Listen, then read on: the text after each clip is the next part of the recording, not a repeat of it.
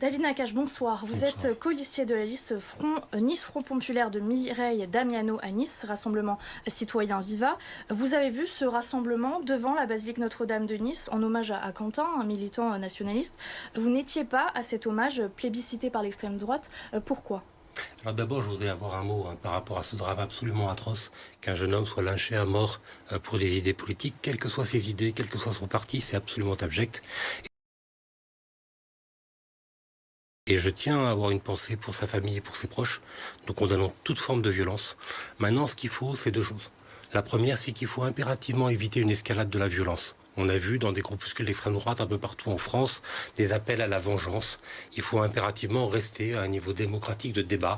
Les questions politiques se règlent par le débat public, par la confrontation d'idées, jamais par la violence. De quelque bord que ce soit, il faut éviter toute dérive. Vous avez été vous-même menacé ? Oui, bien sûr, plusieurs fois. Moi, j'ai reçu des tweets antisémites, des menaces de mouvements après les rassemblements d'Aquila Popularis devant le monument à mort, quand il y a eu des démonstrations de l'ultra-droite à Nice et qu'on a, nous, fait écho. On a reçu régulièrement des menaces. Moi-même, à titre personnel, j'ai dû déposer plainte. Actuellement, Olivier Salerno, qui est numéro 2 sur notre liste, a reçu des menaces et a déposé plainte aujourd'hui même. Donc, la situation est tendue et nous ne voudrions pas que les 27 jours de campagne électorale pour les élections municipales qui restent se fassent dans la peur, dans la crainte. Il faut que les citoyens puissent venir voir les partis, mais des deux côtés, de tous les côtés. C'est pour ces raisons-là que vous ne vous êtes pas déplacé aujourd'hui ? Alors d'abord, aujourd'hui, moi je travaillais, et puis c'est un rassemblement qui a été organisé par le Rassemblement national, donc libre à eux d'organiser avec leurs sympathisants un mouvement, un rassemblement. Je crois que vendredi soir, le groupuscule néofasciste Aquila Popularis organise lui aussi un rassemblement. Bien évidemment, nous n'irons pas, mais ça ne veut pas dire que nous n'ayons pas de compassion ou que nous ne prenons pas toute la mesure de la gravité de ces actes. Mais ce qu'il faut maintenant, c'est voilà, qu'il n'y ait pas d'escalade de la violence. D'aucun côté, tous les appels à la vengeance qu'on a entendus des groupuscules d'extrême droite doivent être maîtrisés. Je sais que les services de l'État, et notamment dans les Alpes-Maritimes, le préfet est très vigilant à tout ce qui se passe, et heureusement. Et il ne faut pas qu'il y ait une surexploitation politicienne de tout ça. C'est un drame humain. Je veux dire, on a un acte politique et un crime. Il y avait au moins 6 personnes qui étaient impliquées apparemment, ou 5 ou 6 personnes dans ce lynchage. Mais il ne faut pas surexploiter. Politiquement, on voit la France insoumise qui est attaquée directement, on voit des choses comme ça alors qu'il n'y a pas de fondement à tout ça, bien évidemment. À quelques semaines des municipales, vous avez le sentiment donc que ça vient perturber aussi le débat, que ça vient perturber cette campagne ? Ce qu'il faut, c'est que tous les habitants et les habitantes de Nice puissent s'exprimer.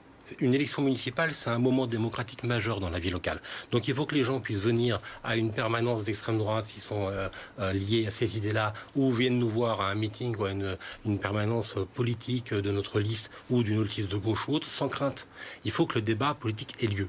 Donc moi, je demande à toutes les personnalités politiques de tous bords, de raison garder, d'avoir la tête froide. Là, il faut mesurer ses paroles, mesurer ses propos, ne pas réutiliser politiquement cet événement, ne pas s'en servir à des fins électoralistes, calmer toute velléité de violence.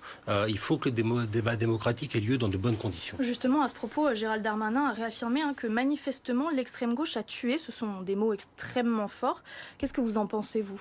Là, on a un ministre qui sort très clairement de sa fonction. Gérald Darmanin, à l'Assemblée nationale, a tenu des propos de nature de récupération politicienne, tout simplement, et c'est pas à la hauteur d'un ministre de la Justice. Le garde des Sceaux doit être au-dessus de tout ça, et il ne l'est pas. Le Premier ministre lui-même a tenu des propos qui sont partisans. On doit avoir un exécutif qui reste neutre quand il y a des faits de ce type-là. Et quand il y en a un risque d'escalade, de flambée de violence, il faut apaiser les choses et pas jeter de l'huile sur le feu. Est-ce que vous trouvez dommage justement que les cadres LFI ne condamnent pas ce qui s'est passé Ils l'ont fait. Enfin, moi, j'ai vu en tout cas des déclarations. Moi, je ne suis pas de la France Insoumise, mais j'ai des camarades qui le sont. Et dans notre liste, nous avons la France Insoumise. Il y a une condamnation unanime du crime horrible et de l'homicide qui a eu lieu. Ça, c'est certain. Tout le monde le condamne. Maintenant, il ne faut pas tirer de conclusions hâtives. Il ne faut pas accuser à tort des personnes. Le procureur de la République a fait une intervention très claire. Les investigations sont en cours. Personne n'a été pour l'instant arrêté ou entendu. Laissons la justice et les enquêteurs faire leur travail. Tout autre chose, une dernière petite question rapidement. La députée LFI Manon Aubry fait le déplacement à Nice ce jeudi pour soutenir notamment votre liste. C'est un poids de taille pour vous dans cette campagne ? Bien évidemment, on attend Manon Aubry avec impatience, avec plaisir. Elle a une parole qui est forte. Nous irons en déplacement au poste frontière, pour voir les conditions de rétention là-bas, car il y a de nombreuses exactions qui sont commises. Nous avons différents déplacements qui sont prévus avec elle, et un meeting à 19h à la salle Lauré-Quart avec Manon Aubry, l'ensemble des forces de gauche locales qui soutiennent notre liste. C'est un moment militant important.